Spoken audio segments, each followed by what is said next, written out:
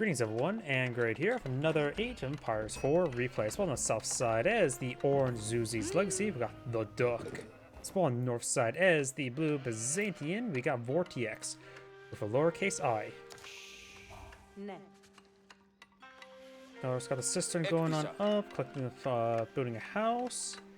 Let's see, when it comes to map generation, we do have a deer deposit here and here, but Byzantine players tend to go for the delicious, not necessarily delicious berries. I always have an issue with berries, especially in real life. Berries are not nutritious whatsoever. But more on that later. We do also have boar over here, so there's actually a decent amount of food and, of course, good amount of gold pushing up here. So I think blue should project himself towards over the left side. Of course, we got a small gold, stone in the middle, and all that sort. I think it's good for blue to project towards the leftwards. You could get Sipahi and mercenary arbaletiers. I always like to see on map mercenaries being utilized. Could try to grab mercenary royal knights or mercenary horse archers. For the Zuzi's Legacy player, Byzantine player is going for the Grand Winery. Both of the deer deposits spawn back here, so pretty safe, but yet pretty open. And these guys heading up here for Meditation Gardens. This will provide him ×8 berry deposit, which is what? 48 food?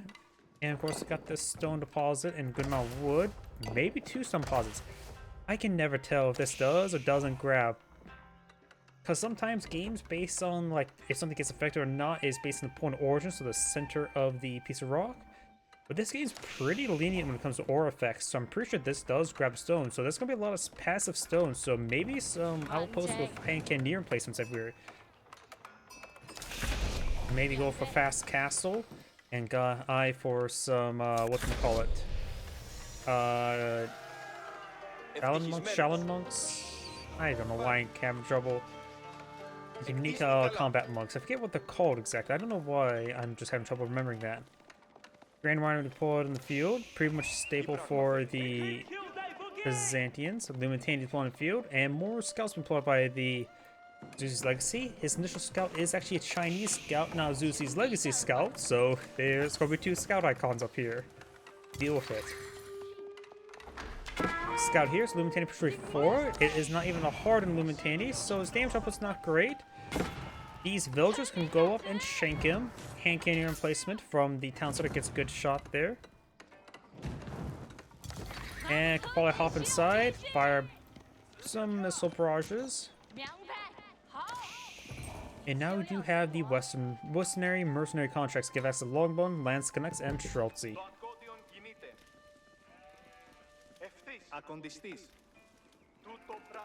Some more Lumitani. Got the hand cannoneer emplacement being employed off here. Let's see, what's the income again? 48 food, 11 wood, and 50 stone. That's a lot of stone. Hand cannoneer emplacements are what again? Don't know. I can't remember what the cost, but 50 stone's pretty cheap for them. And hand cannoneer emplacements, I believe, is the most cost-effective of all the weapon placement upgrades. Though the magnet emplacement of the Byzantines is pretty nice as well.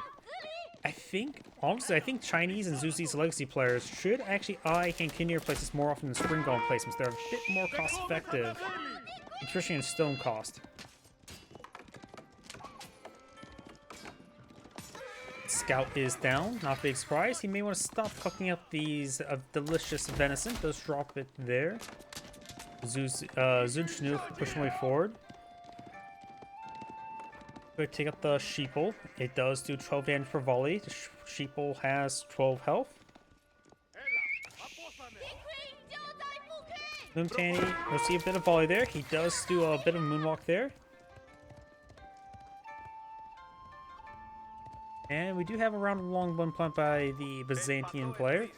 They're all pushing the way forward. Hand cannoneer placement does have 30 or 25 damage per shot at a rate of 3.25 in comparison to an archer, which is practically twice as slow attack speed, but also higher damage. Divided by 2, which is 12.5, versus the damage output of archers, which is just 5. Zunchnu is a repeating crossbow variant, has slower attack speed than a archer, but I think has over higher DPS. Fortified outpost there, so it has increased armor, so it's going to be a bit difficult. These Lumitani may not be enough, and he is focusing down the Longbone first.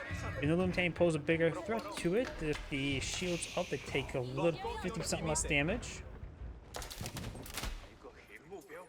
We got around horsemans deployed in the field as well as some Zunchnu. So Orange has a decent reserve force.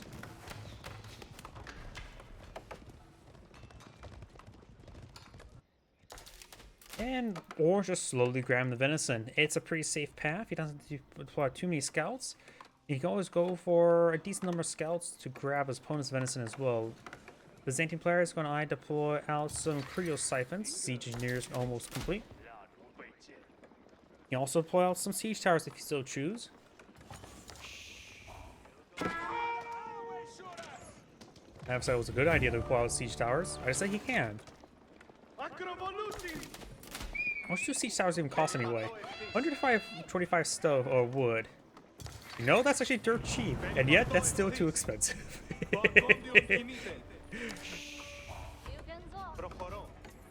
I have no idea how they can make siege towers useful, because people just don't want to fight on your opponent's walls.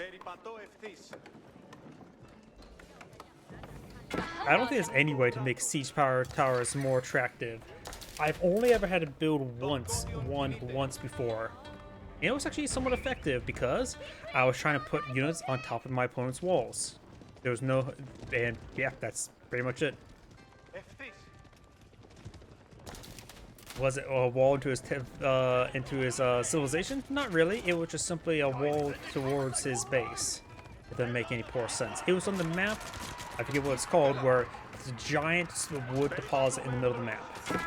It's not hilly or mountainous. Lumitani gets some damage there. Of course, they are a little bit outgunned for all these Zunchnus nearby. Zunchnus don't do any bonus damage versus light infantry. They're just a high damage light infantry archer. They take out those Lumitanis. There's a massive number of Lumitanis here.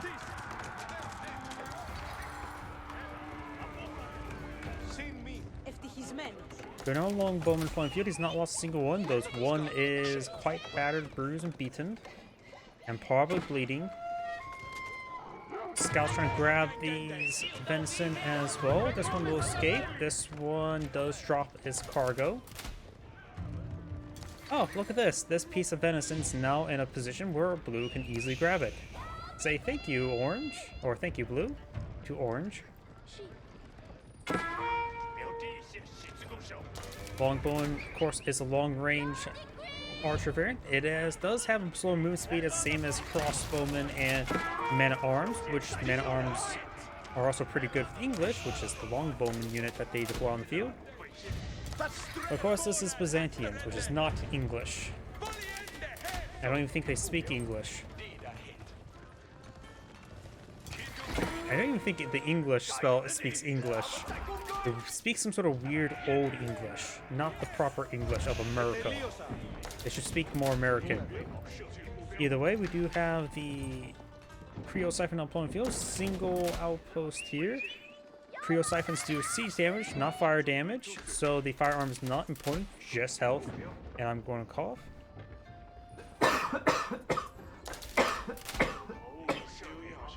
See something up here. Zunchnus push way forward. And we've got a number of olive groves pulling field. Good damage there. Creo Siphon now engaging the outpost now. 2 Creo Siphons, massive number of horsemen. Zunchnus taking out some of these villagers. We'll worry about the total number of deaths of villagers later. Creo Siphons putting some fire onto that outpost. Does burn the villagers, so I was trying to repair it. Lumitani is standing strong. Their shield wall formation particularly makes them effective against these Zunchnus, since the Zunchnus don't have the bonus damage like regular archers, so they just do 50% less damage. +1 range damage, +1 range armor from both sides. And my apologies if you hear me cough a little bit. My throat's a little bit scratchy at the moment. Or feels like it's scratched up. Doesn't seem there's too many corpses here. Try and click the mill. Decent amount of taxes you can collect.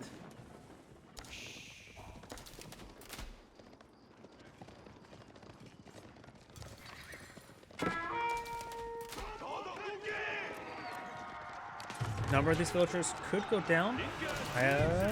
He does have the Dalu horses, improving their attack speed, which actually doesn't improve the attack speed by 20%.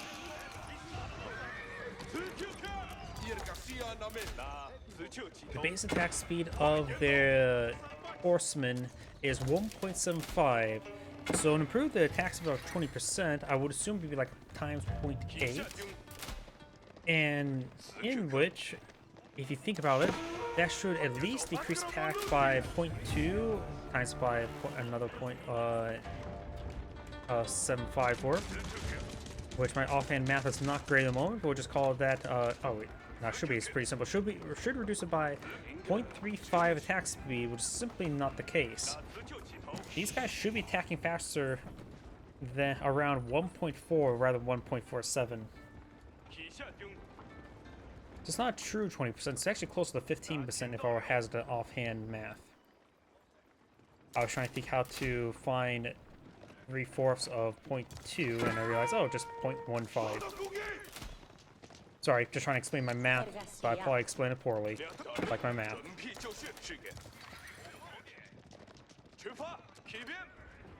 All these forces falling on back.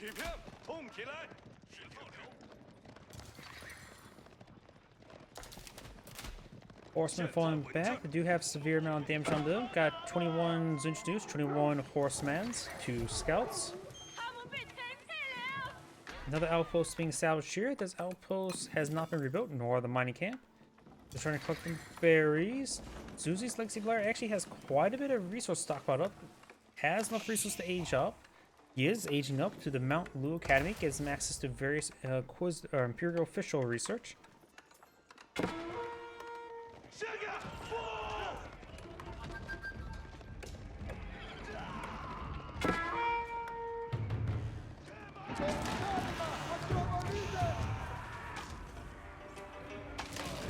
Takes out those Rio siphons.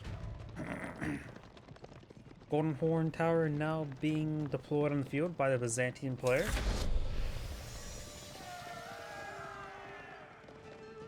And now I do have the Veteran Horseman research for the Zuzi's Legacy and the Veteran Zunchnu. We also do have another research you can go for this age. Was a bolt repeater, bolt magazines. Increase the range by 0.5, so matches regular archers, and increase the damage versus light melee infantry by 1. Which is okay, not super great. Mathematically, it probably makes them a little bit more effective versus light melee. Well, it does, but I don't know by how much compared to archers. Never really sat down and take a look at the math on that. Both players now in the next age. Byzantines, of course, have 2 heavy units now available. The Ranking Guard, as well as the Cataphract. Cataphracts are rare, they're expensive. I never feel like I see them cost effective. Never really sat down and look at the Cataphracts compared to Knights, but always seem like mass Cataphracts have never panned out well, say the French Master Royal Knights do. Maybe because it's the improved biology research greatly improving the health. Limtani gets some damage there on some of these veteran horsemen. Veteran Zuchu advance way forward. We have town center here, loaded with 8 infantry or villagers. So far, Orange only killed off 10 villagers, and these villagers use a critical defense, giving +2 armor, +2 damage. Limtani just pushed way forward, able to absorb the additional damage thanks to their shield wall.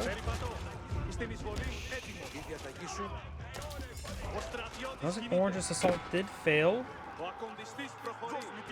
Do note as well, as my constant reminder, olive oil calculations are not calculated in the army value or army destroyed value. So basically, just throw this out the window whenever there's Byzantines on the field.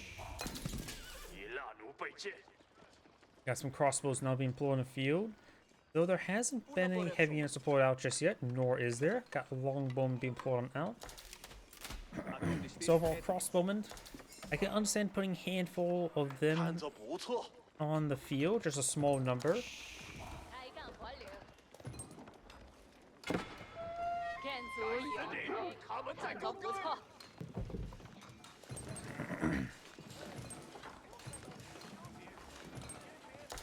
And now got a round of lance connects being pulled up as a Byzantine player. That's probably from the Golden Horn Tower. That monk must have been Jedi because he instantaneously disappeared. Yep, got some lance connects here. A small number of lance connects is always quite nice, actually. I think it's an adequate number is whatever random number you get from the Golden Horn Tower is probably an appropriate number. Mass lance connects also can be disturbingly strong as well. Just for Holy Roman Empire, with him being inspired, granted this is way back when, I remember seeing lance connects back when the armor attacks provide plus 20% melee damage. Their damage could get spiked up to like 32 with everything being buffed and applied to them. Lance and Horseman straight forward, trying to take out more of Blue's villagers. Orange has nearly 50% of villager advantages, quite massive. Orange only has one town to the moment, and of course has the meditation gardens to provide some extra income. While Blue does of course have the improved drop-off capability of the olive oils. And tiny pebbles to pick up when trying to place on buildings.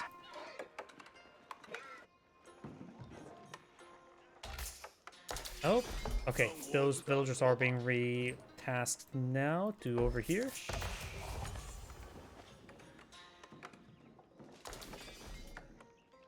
Yep, this is providing about 110 resources per minute. Both sides have claimed one relic. Both sides picked up a relic, leaving the last relic over here. Both sides can make use of 3 relics quite well. You got the coarse grain winery to provide olive oil from these relics. So instead of selling out the Pope blood for gold, they just squeeze out the Pope blood and turn it into oil. And of course the Chinese, and of course by extension Zeus's legacy, can always get the pagodas to greatly increase the income from those relics. Nessabee's on field. Nessabee's a bit more generous compared to Maganel's, so will offer good capability to deal with all of these Limitani. The Longbone having trouble staying alive. Do you have a springbone placed on this outpost? Nessabees do have +2 versus range, but still do decent damage versus infantry. Bringing guard up on the field versus the Palace Guard.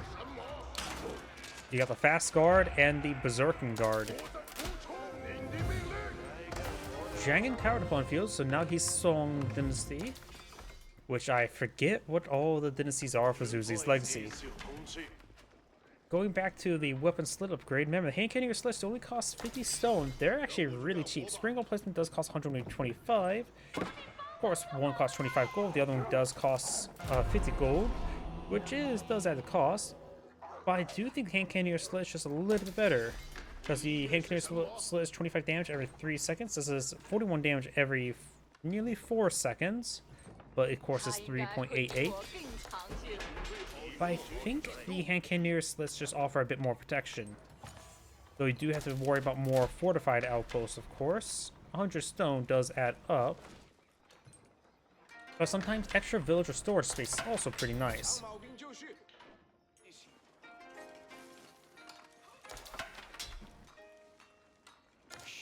Of course, hand cannon slits also very nice if you're fighting against civilizations with age 2 heavy infantry, such as the English and the Holy Roman Empire.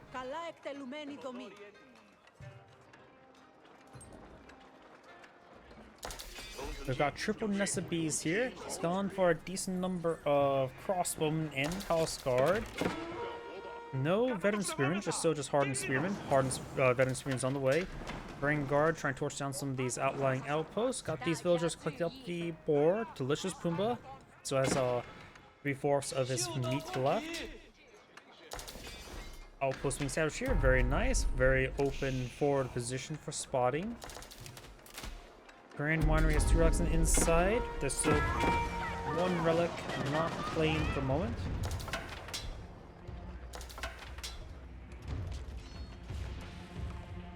They'll try and back on off. This one's being upgraded as Spring Golden placement. Villagers do get water away from the outpost. Outpost under fire. Longbow taking some nested bee fire. And orange does claim a sacred site. Blue has claimed a sacred site as well. Villagers do take a nice little nested bee rocket. A little bit of stings onto them. Knock the Lumitan, charge away forward. And this is a big throwaway. That's a lot of nested bees down. That was a massive throwaway. He must have gave the attack aura and they just kept on following the villagers. Oops. Ranging guard here. They may take out a villager or 2. House guard backing on off with some veteran spearmen. Number of Lumitani here. Good number of longbowmen since they hit harder. They can go through armor a little better, and Palace Guards have less armor, so they receive more fire. So longbowmen should be adequate versus these Ranging Guard. Right now they have 10 damage versus, not Ranging Guard, Palace Guard. And Palace Guard right now only has 4 range armor, doesn't even level 2 range armor, so they take 6 damage per longbowman arrow. That's actually will add up quite quickly. Especially when he has 35 with 2 more Qs on the way, so punch up to 45. Granted, one of those is probably the Golden Horn Tower, which may or may not take quite a bit of time. Outposting some fire there. Palace Guard and Spearmen straight forward. Got a number of Crossmen in reserve. Not too many Ring Guard on the field, just 2 at the moment. Lance connects up light melee, so the Crossmen won't do much there. SPs, let's get a good volley there on the Longbowman. Lumitan trying to charge into the nest of bees, which will be receiving Gauntlet of Fire. Decent damage there. Outpost is still alive, but barely. Nest of bees, however, is not. Orange trying to lose some forces here.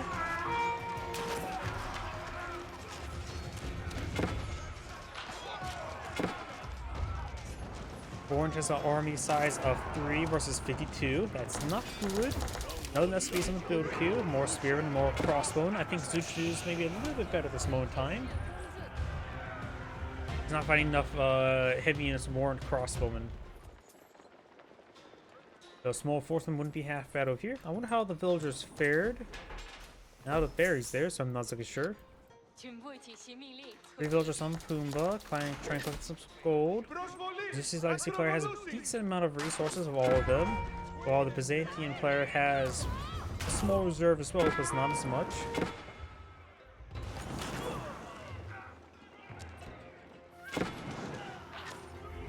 Villagers trying to migrate out of there. In other words, run away. The villagers going down. Meditation gardens could be disturbed. Got longbowmen being pulled out everywhere. Maybe some Creole ciphers along this flank. The torch down stuff wouldn't be half bad.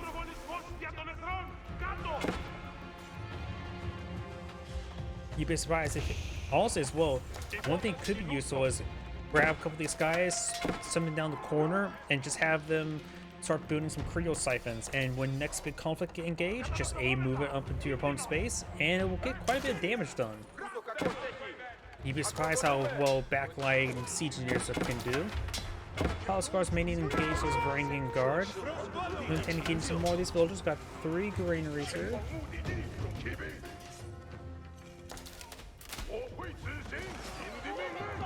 SP's back here as well. Maybe a bit of overaction by Orange, but he does get secure. Meditation Garden's greatly disturbed. He's probably going to be at 0 resources any moment now. Right now it's at 50%.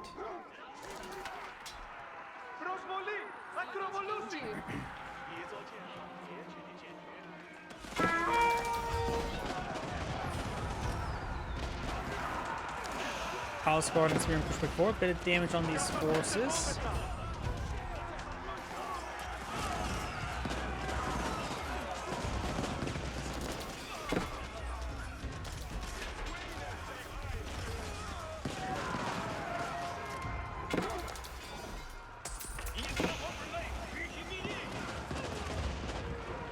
damage there. Nesby fires a volley there, misses Lumitani. Meditation cards now providing nothing.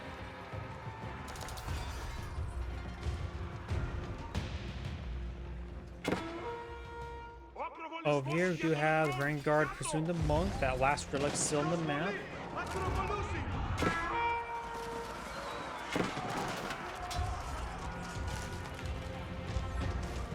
There's a good number of these longbowmen here, so Nesby's would make sense. Vanguard may get walled up, but I don't see the arrow above him. Here's the thing, I did not see the conversion arrow above him. Can Vanguard be converted? Or an engineer now being employed in the field?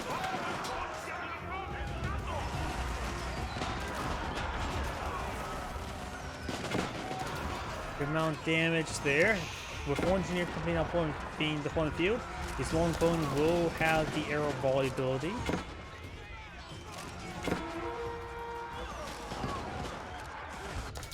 Okay, we got some more Vanguard, push way forward.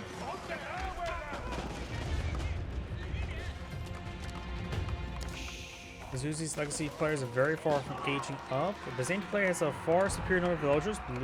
Blue has killed off a good number. Good number of olive groves in the field.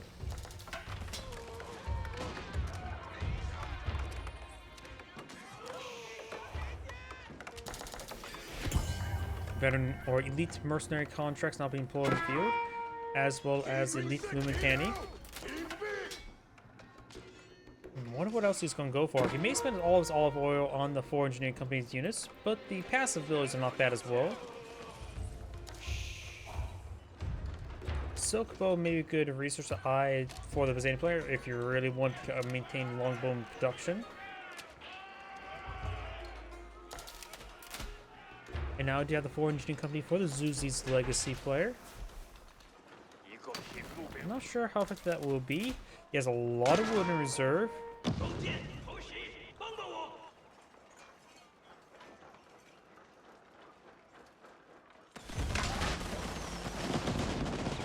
Not too much damage there. No bonus damage for buildings like Mangonel.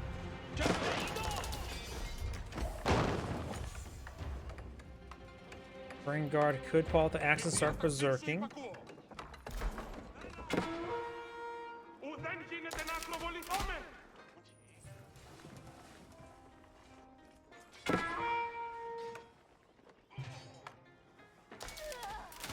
Individual palace guards causing issues. We got 5 nested bees, a hive of bees, if you will. Now we got many batter rams being employed in the field. It still has 500 wood, so that could be a couple more batter rams.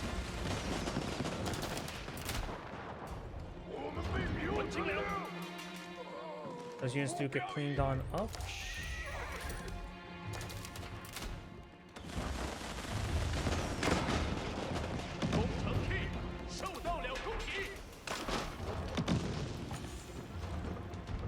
Four battering rams pushing way forward.